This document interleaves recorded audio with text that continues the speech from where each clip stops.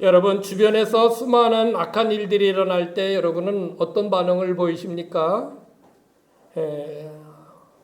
때로는 비난하고 욕을 할 때도 있을 것입니다. 아마 가장 쉬운 방법이겠죠. 저럴 수가 있느냐고 비난하고 욕을 하게 되는 경우가 있죠. 또 어떤 사람은 어차피 죄악으로 가득한 시대에 그렇게 그냥 흘러가는 거지, 묻어서 흘러가는 거지. 그렇게 생각하는 사람, 또 그렇게 사는 사람도 있을 것입니다. 그런 사람들이 아마 이렇게 생각해요. 세상에는 드러난 죄와 드러나지 않은 죄만 있을 뿐이다. 그래서 어쩌면 자신들을 이렇게 합리화시키면서 슬쩍슬쩍 그렇게 그냥 자기도 그것들에 악한 것에 편승해서 살아가는 그런 사람들도 있을 것입니다. 의롭지 못한 방법이죠. 그럼에도 불구하고 우리는 예수 믿는 그리스도인입니다. 믿습니까? 우리는 그리스도인입니다. 우리는 그리스도인의 삶의 방식을 가지고 살아야 합니다. 그것이 하나님이 기뻐하시는 모습이에요. 오늘 시편 5편의 말씀은 역시 다윗의 시입니다.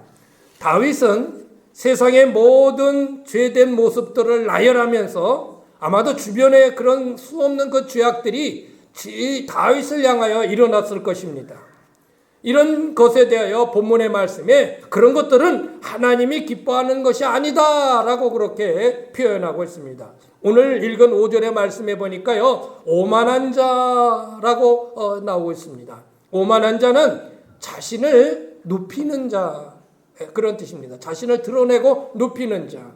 높이는데 어디까지 오만이 치닫느냐 하면 하나님보다도 다 자신을 더 높이려고 하는 것입니다. 그러니까 그에게는 하나님이 없는 겁니다. 오만한 자에게는 하나님이라는 그 존재 자체가 없는 것입니다. 늘 자신을 우주의 중심으로 삼습니다. 내가 중심이 되는 거예요. 항상 오만한 자의 마음. 이런 사람들은 자신이 가장 의롭다고 생각하는 사람들일 수 있습니다. 또 6절에 보면요, 거짓말하는 자, 피 흘리기를 즐겨하는 자, 또 속이는 자, 이런 내용의 그 죄된 모습을 다윗은 지적하고 있습니다. 그것이 일반적으로 이 땅에 살아가는 사람들의 모습이라는 것입니다. 자, 이런 거짓말하는 자, 피 흘리는 자, 또 속이는 자, 이런 사람들의 구체적인 내용은 9절에 말씀하고 있는데 한번 읽어볼까요? 시작. 그들의 입에 신실함이 없고 그들의 심중이 심히 악하며 그들의 목구멍은 열린 무덤 같고 그들의 혀로는 아첨하나이다. 그 죄된 사람들의 모습을 이렇게 다윗은 기록하고 있는 것입니다. 여러분, 이런 사람들 사이에 살아가는 우리는 어떻게 해야 할까요? 얼마나 수많은 악한 일들이 우리 주변에서 혹은 우리나라에서 혹은 전 세계적으로 그런 일들이 많이 일어나고 있습니까? 그런 가운데 살아가는 우리는 어떻게 살아야 할까요? 그럼 다윗은, 그런 죄 가운데 있었던 다윗은 어떻게 살았을까요? 다윗은 그 악한 행위들 가운데에서도 다윗은 죄에 치우치지 아니했다라는 것을 성경은 말씀하고 있습니다. 우리는 이것을 거룩한 삶 혹은 경건한 삶, 죄에 물들지 아니하고 거기에 치우치지 않는 삶을 거룩한 삶이다, 경건한 삶이다, 그렇게 이야기하고 있는 것입니다. 하나님은 우리를 향하여 거룩하게 살라고 말씀하고 있습니다. 읽어보실까요? 시작. 나는 여호와 너희의 하나님이라. 내가 거룩하니 너희도 몸을 구별하여 거룩하게 하고 땅에 기는 길짐승을 말미암아 스스로 더럽히지 말라. 내가 거룩하니 너희들도 거룩하라. 이것이 하나님이 우리에게 명령하신 명령의 말씀인 것입니다. 뿐만 아니라 베드로전서 1장 16절에 보면요, 시작. 오직 너희를 부르신 거룩한 이처럼 너희도 모든 행실에 거룩한 자가 되라. 기록되었으되 내가 거룩하니 너희도 거룩할지어다 하셨느니라. 하나님이 거룩하시니 하나님의 백성인 우리도 거룩해야 된다. 세상 사람들이 죄진다고 너희들도 그것을 따라가면 안 된다. 이것이 하나님이 우리에게 말씀하신 것입니다. 그러면 구체적으로 거룩한 삶, 경건한 삶은 어떤 삶일까요?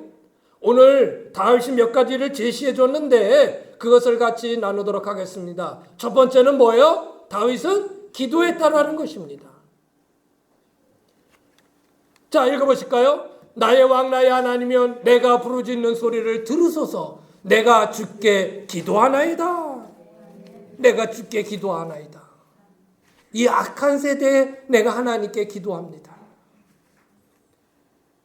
경건의 첫 번째는 기도입니다. 거룩한 삶의 첫 번째는 기도입니다. 거룩함을 이루기 위해 기도한다는 것은요, 내가 기도한다는 게 뭐예요? 거룩하신 하나님을 바라보는 거예요. 여러분, 기도하면서 하나님을 바라보지 않는 사람이 있습니까? 하나님을 바라보며 기도하는 거예요. 물론 하나님의 형체는 없겠죠. 그러나 하나님을 내가 바라보면서 기도하는 것입니다. 그것이 기도죠. 기도 안 한다는 것은요, 하나님을 바라보심이 없이 땅만 바라보고 세상만 바라보고 자기 자신만 바라보고 사는 것입니다. 분명히 기억하세요. 기도하지 않는다는 것은 하나님 바라보지 않고 그저 내가 세상 바라보고 나만 바라보고 사는 거다, 이 말과 같은 것입니다. 이것은 경건을 이루는 것을, 경건을 망치는 아주 최악의 모습인 것입니다.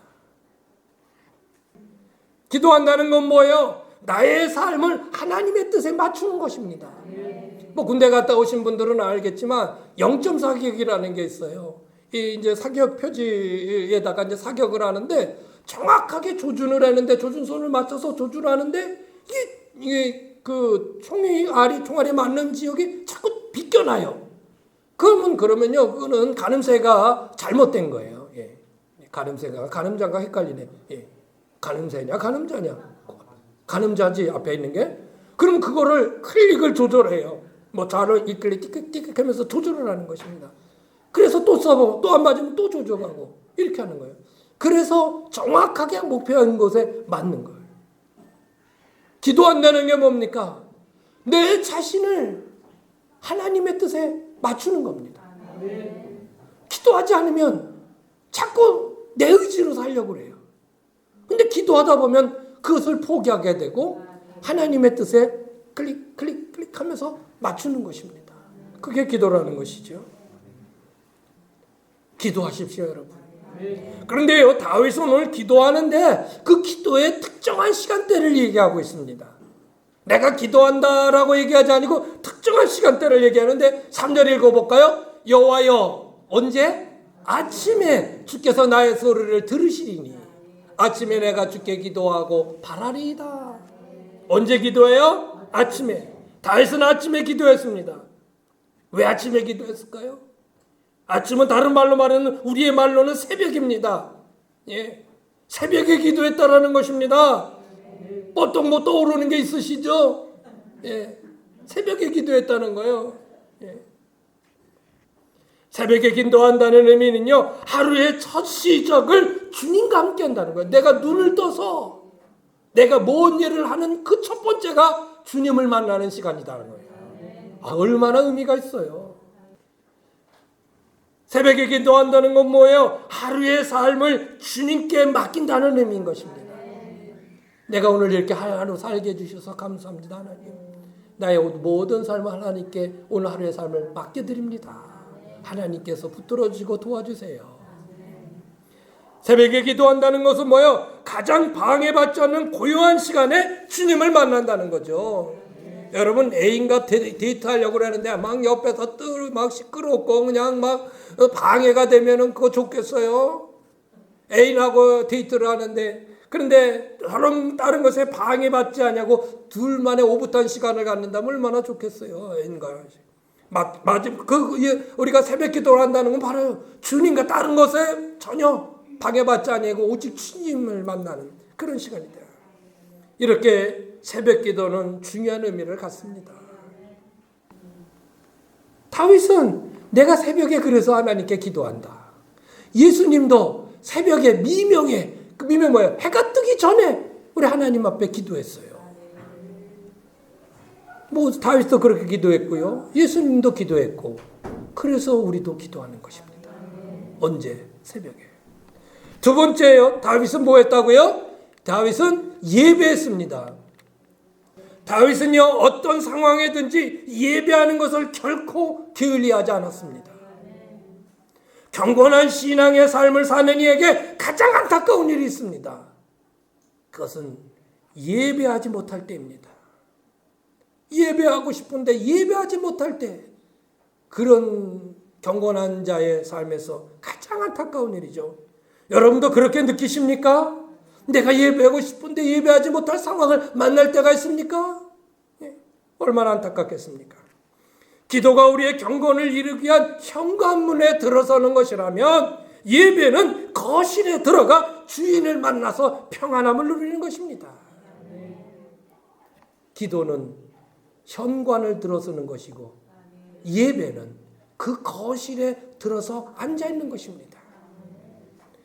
우리의 영원한 주인이 하나님, 그분이 계신 곳은 성전입니다. 그래서 유대인은 전통적으로요, 이방 민족이 없는 그들만의 절대적인 개념, 그것은 그들이 섬기는 여호와 하나님이 성전에 계시다. 이방인들은 이런 성전 없다. 우리들만이 가지고 있는 유일한 성전, 하나님이 계신 성전, 그것을 아주 자랑스럽게 여겼습니다. 그런데 여러분, 성전 안에 계신 하나님은 맞습니다. 그러나 성전에만 계신 하나님이라는 것이 그들의 문제인 것입니다. 성전 안에만 계시다고 생각하는 거예요. 그러다 보니까요, 성전을 자랑스럽게 여깁니다. 하나님보다 성전을 더 자랑스럽게 여겨요. 이런 성전에 대해서 예수님은 이런 성전은 무너져야 된다고 말씀하셨습니다. 이런 성전은 이제 이 성전이 돌 위에 돌 하나 남지 아니고 다 무너질 것이다. 예수님이 십자가상에서 운명하실 때에 성전의 휘장이 위에서 밑으로 쫙 깔아집니다. 이제 성전 시대는 끝났다. 그리고 세워진 것이 교회입니다. 교회. 이 교회는 살아계신 주님의 몸입니다. 이 안에서 예배를 드리는 것은 내가 주님 안에 있다는 가장 최고의 은혜와 복을 누리는 것입니다. 이 주님의 몸 된 이 교회 안에 여러분이 이렇게 앉아서 예배한다는 게 이게 최고의 복이라 이 말이에요. 최고의 은혜라 이 말이에요. 예? 여러분, 제발 예배를 소홀히 여기지 마십시오. 예배를 소중히 여기십시오. 예배를 철저히 준수하세요. 그리고 예배를 사모하세요. 사모하는 영혼에 하나님께서 그만큼 채워주시는 것입니다. 사명함이 없이, 기대함이 없이 그렇게 예배해서 예배 자리에 앉아있는 것과, 오늘도 내가 하나님을 만나 하나님이 주신 귀한 은혜와 복을 얻는다는 그런 사모하는 마음을 갖는 것과는 천지 차이인 것입니다. 그러므로 예배는 경건한 삶의 핵심이 되는 것입니다. 자, 세 번째로 다윗은 어떻게 했습니까? 의를 행하며 살았다는 것입니다. 의를 행하며 살았다. 여러분, 나의 삶 속에 의로움이 무너지면 나의 경건한 삶도 무너지는 것입니다. 경건한 모습은 결국은 삶 속에서 나타나 보여져야 하는데, 그것이 의로운 삶이라는 거예요. 의롭게 산다, 올바르게 산다, 다른 말로 그냥 올바르게 산다라는 뜻입니다. 이제까지 기도하는 것, 예배하는 것은요, 결국은 삶 속에서 나타나 보여져야 된다는 그것이 더 의미가 있는 것입니다. 열심히 기도해요. 열심히 예배에 참여해요. 그런데 나의 삶 속에 의로움의 모습이 나타나 보이지를 않아요. 그건 반쪽짜리 경건이에요.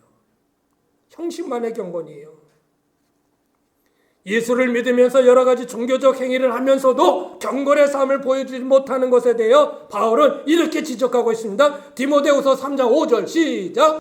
경건의 모양은 있으나 경건의 능력은 부인한 자니 이 같은 자들에게서 내가 돌아서라. 경건을 통해 나타나는 능력은 전혀 없고 경건의 모양새만 취하는 사람, 이런 사람들은 실질적인 경건을 이루지 못하고요, 그저 종교적 행위로만 만족하는 사람들이, 이렇게 이 정도면 됐지, 내가 뭘 더 바래, 뭘 더 원하는 거야. 그래, 나 주일날 예배 꼭 참여해. 기도하라 그럴 때는 그래도 고개 숙여. 뭘 더 원해? 하나님 그걸 바라는 게 아닙니다. 그것으로 우리에게 충분하다고 말씀하시지 않습니다. 네가 삶 속에서 의롭게 살아가라는 것입니다. 하나님의 살아계심을 보여주라는, 능력을 보여주라는 것입니다. 근데 그거는 부인해요. 그건 아니다라는 거예요. 예배만 참여하면 됐잖아. 여러분 그렇지 않죠? 그렇게 생각하시면 안 됩니다. 목사 그렇게 예배 참여하라고 그래서 예배 참여해 줬잖아. 여러분 예배 참여해 주는 겁니까? 누구를 위해서 참여해 주는 겁니까? 목사를 위해서 참여해 주는 건가요? 아니에요. 절대로 그렇게 생각하시면 안 돼요. 여러분이 이런 기본적인 생각 마인드부터 바꿔야 돼요. 얼른. 네? 내가 이 자리를 안 지켜주면 목사님이 서운해서요? 아니에요. 그렇지 않아요. 네, 이전에 우리 하나님이 다 보고 계시고 하나님이 그렇게 생각하실 수 있을지 모르지만 저는 그렇지 않아요. 경건을 이루어야 돼요. 거룩함을 이루어야 돼요. 우리의 삶 속에서 모든 죄들과 섞이지 말고 의로움을 추구하며 살아라는 것입니다. 그런데요, 사실 이것이 솔직히 쉽지 않습니다. 죄에게 일반화된 이 시대에 의로움을 추구하며 산다는 것 정말 쉽지 않습니다. 그래서 바울은 그의 제자요 아들과 같은 디모데에게 계속해서 이렇게 얘기를 합니다. 시작! 무릇 그리스도 예수 안에서 경건하게 살고자 하는 자는 박해를 받으리라. 예수님 안에서 경건하게 살려고 했더니 어려움이 오는 거예요. 어려움이 와요. 철저하게 말씀대로, 철저하게 주님의 뜻대로 그러려면 부딪히는 게 있는 거예요. 사람들 사이에도 부딪히죠. 내 자신 스스로에게도 부딪히는 일이 있어요. 내 안의 영은 하나님의 뜻대로 쫓기를 원하는데 또 다른 내 육은 그것에 반대해서 막 서로 다툼이 일어나는 거예요. 내 안에서. 내 자신이나 사람과의 관계나 물질적인 것에서나 갈등이 되고 고민이 되고 그런 것들로 해서 트러블이 생길 수도 있어요. 그래서 디모데는 예수 안에서 결코 경건하게 살고자 하는 자에게 박해를 받으리라 그렇게 말씀하고 있는 것입니다. 물론 박해라는 것이 초대교회의 순교자적 박해가 아닐지라도 이 세상의 의의를 추구하면서 하는 것이 정말 쉽지 않을 수 있다는 것을 성경은 우리에게 말씀하고 있는 것입니다. 죽은 고기는 흐르는 물을 거스러 올라갈 수가 없습니다. 죽은 고기는 그저 물에 흘려서 그렇게 떠내려가는 거죠. 살아있는 고기는 그 센 물결을 치고 올라가서, 지금도 저도 아주 그 생생해요. 옛날에 장마가 막 지고요. 이제 그 다음 날이나 이제 그 다음 날 가면 물이 많아져요. 그럼 봄막은 데가 있잖아요. 그럼요. 그 피라질이라고 그랬는데 우리는 피라미가 그 볼을 뛰어넘으려고 막 탁탁 튀는 거예요. 막 보셨어요? 그럴 때요. 투망 한번 딱 던지면요. 여러 마리 잡습니다. 살아있으니까 그 물을 거슬러서 그거를 뛰어 올라가는 거예요. 살아있는 신앙은 세상에 편승해서 그렇게 살아가는 거 아니에요. 살아있는 신앙은 내가 어려워도 뚫고 나가는 거예요. 하나님의 뜻을 쫓아 뚫고 나가는 것입니다. 그것이 살아있는 신앙, 경건한 사람들의 모습인 것입니다. 경건한 삶의 믿음이 바로 이런 믿음인 것입니다. 누가 뭐래도 내가 손해를 보도 나는 의롭게 살리라. 그러면 하나님에서 복 주시고 하나님께서 호의해서 보호해 주신다. 말씀을 마치겠습니다. 다윗의 주변에 널려있는 죄악의 행위들 속에서 다윗은 어떻게 자신의 경건함을 지켜나갔을까? 오늘 그 말씀을 드렸습니다. 죄의 소식이 들리지 않으면 이상할 정도의 이 죄악에 관영한 이 시대에 그리스도인은 우리는 어떻게 경건을 이루며 살아갈 수 있을까? 어렵지 않아요. 대단하게 무슨 비밀스러운 거 아니에요. 간단해요. 기도하세요. 두 번째, 신실한 예배자가 되세요. 세 번째, 하나님의 뜻을 쫓아 의롭게 살아가세요. 결국은 하나님께서 의인을 인정하셔서 그를 높이 드실 겁니다. 다윗을 하나님께서 그렇게 해주셨어요. 약속하신 복들을 주실 것입니다. 여러분, 우리의 삶이 경건의 모양새만 취하는 신앙의 삶이 아니라 적극적으로 경건한 삶의 모습을 보이면서 살아가는 여러분 모두가 되시고요, 그리고 그 안에서 주님의 능력을 풍성히 누리시며 살아가시는 여러분 우리 모두가 되시기를 주 예수님의 이름으로 축원합니다.